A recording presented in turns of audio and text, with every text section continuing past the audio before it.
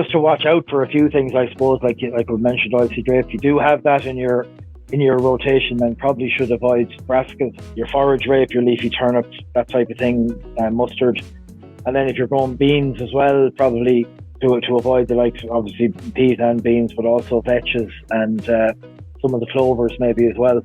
But we'd be advising to rotate what you sow. I wouldn't sow the same thing every year, and keep a good mix going there, like, as well, you know. It's great to be back with another Environment Edge podcast, and you're very welcome to the show. With the spotlight firmly on water quality, how can catch crops help to reduce nutrient loss from tillage land? Teagasc Tillage advisor in the Kilkenny Waterford region, Mark Trimble, joins us to discuss catch crops and their benefits. I'm Cathal Summers. And I'm Deirdre Lynn, your Teagasc Sustainability Advisors. And we're back for another Environment Edge podcast number 82, and here we go. So Mark, you're really welcome to the show. Thanks, Deirdre.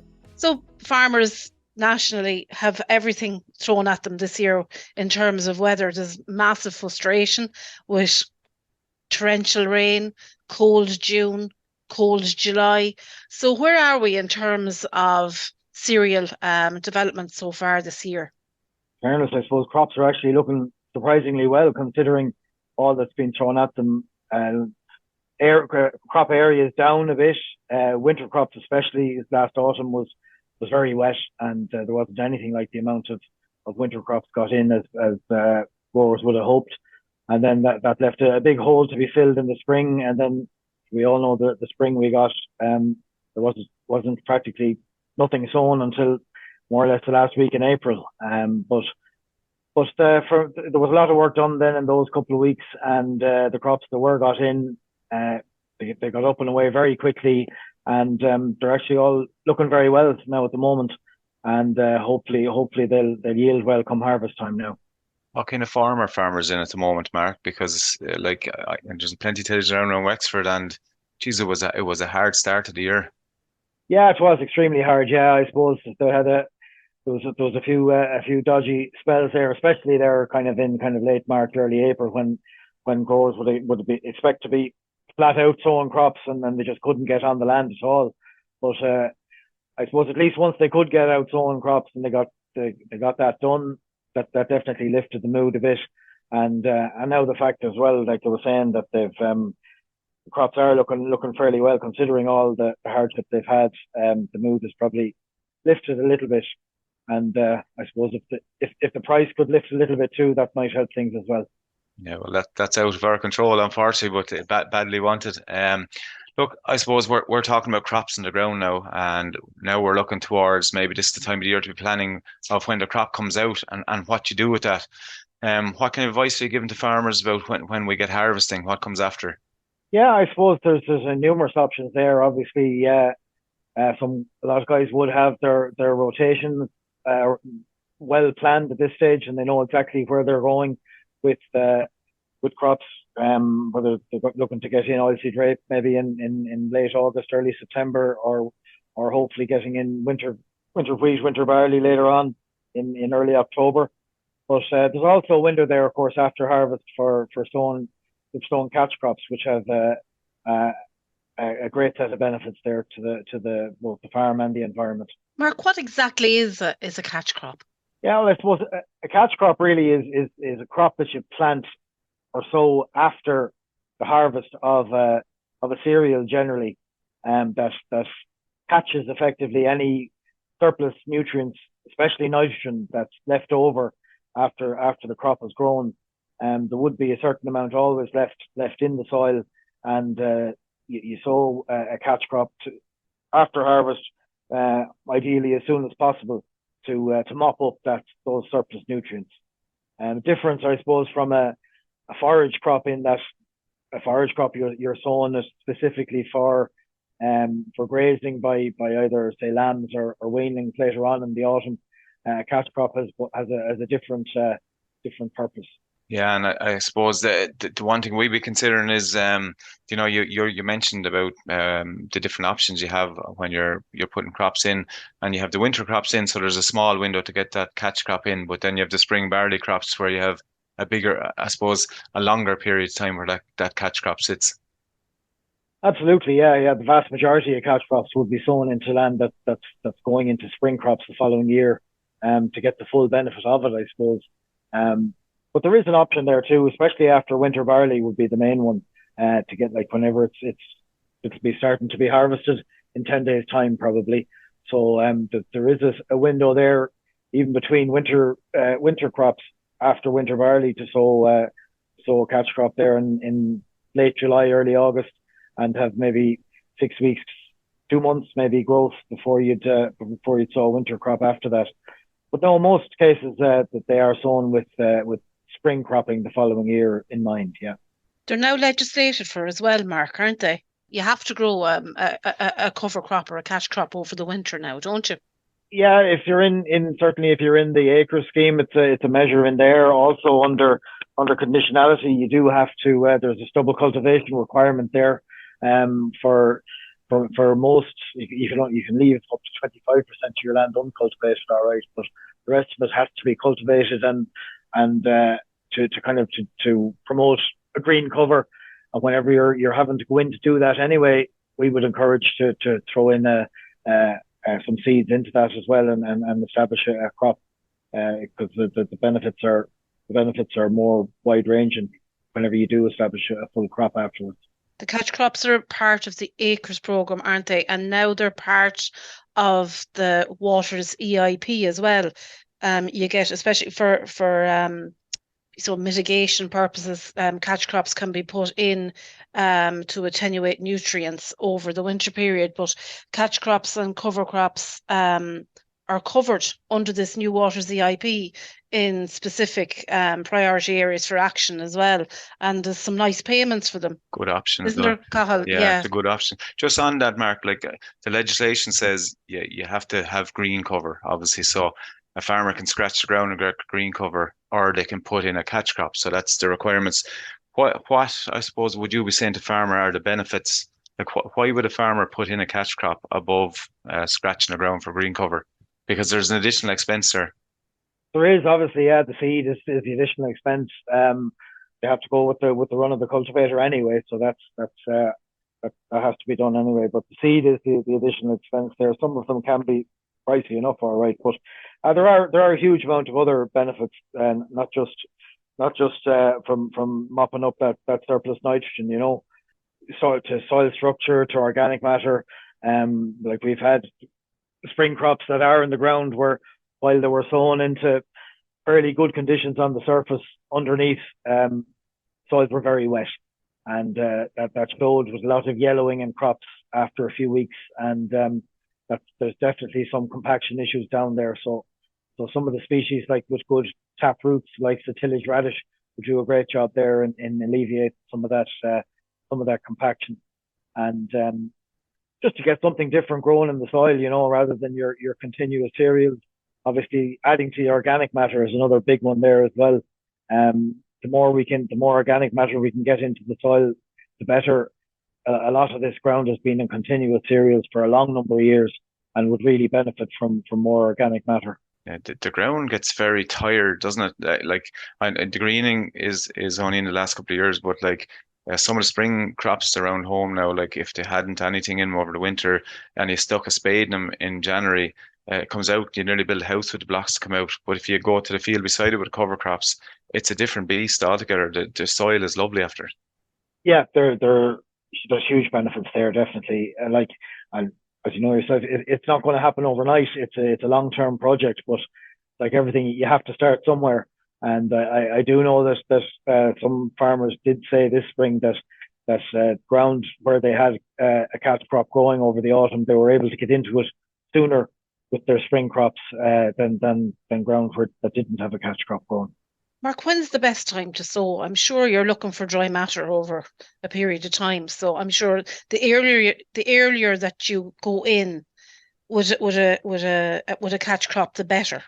Absolutely, yeah. The earlier the better. That's why, like I mentioned, after winter barley earlier on there, that's probably the first crop that will be harvested, from about the middle of this month onwards. So ideally after that, in fairness, I suppose a lot of growers would be following winter barley with oilseed rape, so they may not want to sow a catch crop. But from a spring harvesting or spring cropping point of view, to get it in as soon as possible, definitely. Going to be tricky this year where spring barley was sown so late. To try and get a catch crop in before the end of August will probably be tricky enough. But basically, we'd be just saying as soon as you possibly can to get it in. A week's extra growth in August, or even that those few days in early September can make all the difference between getting a good sizable crop there and little or nothing at all, you know. Absolutely. So what are the best catch crops to sow? Yeah, there's huge variation out there. I suppose, sowing anything at all is better than nothing. So there's any amount of different varieties or species you can get. There's certainly from an acres point of view, there's a list of about 22 or 3 there, and under acres you have to sow a minimum of 2 species together, and generally we'd be kind of we'd be advising that anyway, that you should sow a minimum of 2. No maximum. I know you can get 7, 8, 9-way mixes that are already pre-prepared, and but something like just to watch out for a few things, I suppose, like we mentioned oilseed rape there a minute ago. If you do have that in your rotation, then probably should avoid brassicas, your forage rape, your leafy turnips, that type of thing, mustard. And then if you're growing beans as well, probably to avoid the likes of obviously peas and beans, but also vetches and some of the clovers maybe as well. But we'd be advising to rotate what you sow. I wouldn't sow the same thing every year, and keep a good mix going there, like, as well, you know. That's the big concern. You'd often talk to tillage farmers about that club route, that continuous use of brassicas. But like any tillage farmer knows, especially the rotation is important, and the very same applies to the catch crop. Absolutely, yeah. There's a huge amount of research and ongoing too that has shown that benefits of crop rotations, and as well as that, like you say, with catch crops, there's a benefit of changing things around. You know, I suppose your brassicas are great in that they're fast growing, and they will soak up that surplus nitrogen quickly. But then your legumes, of course, will leave maybe leave a little bit of nutrient around for the following crop as well. And the brassicas, what I love about them is they're really good for breaking up ground, and good for organic matter. And actually, something I really noticed this year on the catch crops, because we had such a crap autumn and into spring, anywhere that had a good catch crop on it. And do you know those real bad days we got, and when the rain was pouring down and you could see brown water flooding out of gates? Very few of the catch crop fields had brown water running out of fields. They were well protected. They almost acted like umbrellas, whereas some of the places had just green cover, which didn't establish very well. There was, you could see brown water flowing down the road. Absolutely, yeah. That's one of the other major benefits to it. I heard one client saying that it's almost like they put a roof on the field in ways for the winter. You know, that they keep the soil together, and that bit of additional cover is invaluable with these kind of fairly major rainfall events that we seem to be getting these days.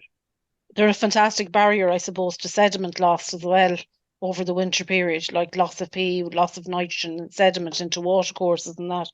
Can weeds be a problem, Mark, over the winter period? Like volunteer grasses or whatever. If you wanted to go for natural generation, grass comes up. Would that be a problem for cereal then, with volunteer grasses in the crops? No, not really, actually. And in fact, if anything, you'd actually be trying to encourage that to have what we call these stale seed beds to germinate as much of the grass weed and indeed ordinary weed seeds, broadleaf weed seeds as possible in the autumn, and then there's to reduce the seed bank that's there in the soil for the following crops. So no issue there really. And again, back to the sowing date, the earlier you get in, the better the germination of the catch crop you'll get, and then there will be fewer weeds then as well, because there won't be as much open ground for them to get established. That's the trickiest part. And I know I was at a meeting with you earlier on the year when we were discussing this, Mark, and with farmers, and it's to be organised enough to get into that window, because when you're standing out in the field in the middle of December and you've got in early, you'll really appreciate your timing and your planning if the weather plays ball with you, how good of a crop you'll have in front of you. Mark, Deirdre and I are big fans of water quality, and we mentioned the benefits of cover crops taking up or catch crops taking up nitrogen, which is brilliant over the winter. So we're not getting this nitrogen surplus getting leached out into the water, which is excellent, which is a major problem in the likes of the Slaney and that in particular. And we mentioned phosphorus and sediment running out the gate as well. But there's other things like considerations where you put that catch crop, I suppose, and maybe like some buffer zones. Can you go into a bit on that first? Yeah, there are some rules and regulations there, of course, under conditionality from a buffer zone point of view. That I suppose in general from a cropping point of view, that there is an uncultivated, untreated margin required along all water courses, really, of 3 meters. So it's from the top of the bank to the crop. You need to have a 3 meter margin there, and from a water course point of view, that's defined as pretty much anything that has the potential to carry water, whether it's a ditch or a drain or an open drain or not just a flowing stream. Anything at all to be on the safe side, to leave that 3 meter margin there. Obviously, it's uncultivated, untreated, no fertilizers, no pesticides, sprays of any kind, and that can be sown down to the grass. Can be just left uncultivated and allow natural regeneration, and it will help. It's becoming a bit more of a problem in tillage as we go on. Is some of these grass weeds, and these grass margins can really help in the eradication of them. And then, so that's the 3 meter margin. And then when you sow your catch crop, if you're intending on grazing your catch crop with lambs or weanings or whatever it is, along the water course, you need to leave it back a further meter. So it's 4 meters back from the top of the bank to the catch crop. And then I mentioned in the 3 meter margin, that's from sort of chemical fertilizers and sprays. Organic manure is different. There's a 5 meter buffer zone or margin needed there from organic manures, your slurry, your dung, all that sort of stuff. And that actually increases to 10 meters for a month either side of the closed period. So as soon as you can get out in January, it's actually a 10 meter margin there from the water course to where you're allowed to spread for the first month. And the final one there then is for late harvested crops.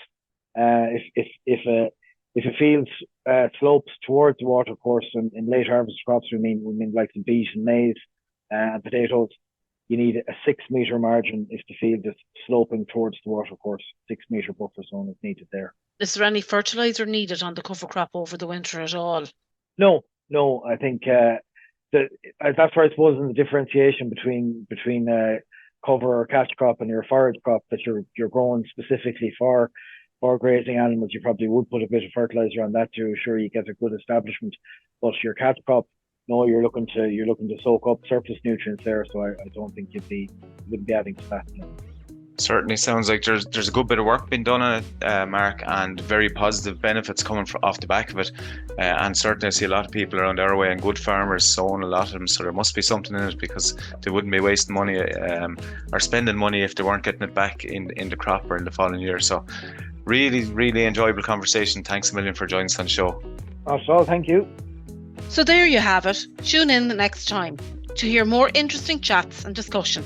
Myself and Deirdre will be back in 2 weeks' time, but do give us a review on Apple and Spotify or wherever you get your podcasts. Thanks for listening to the Environment Edge podcast.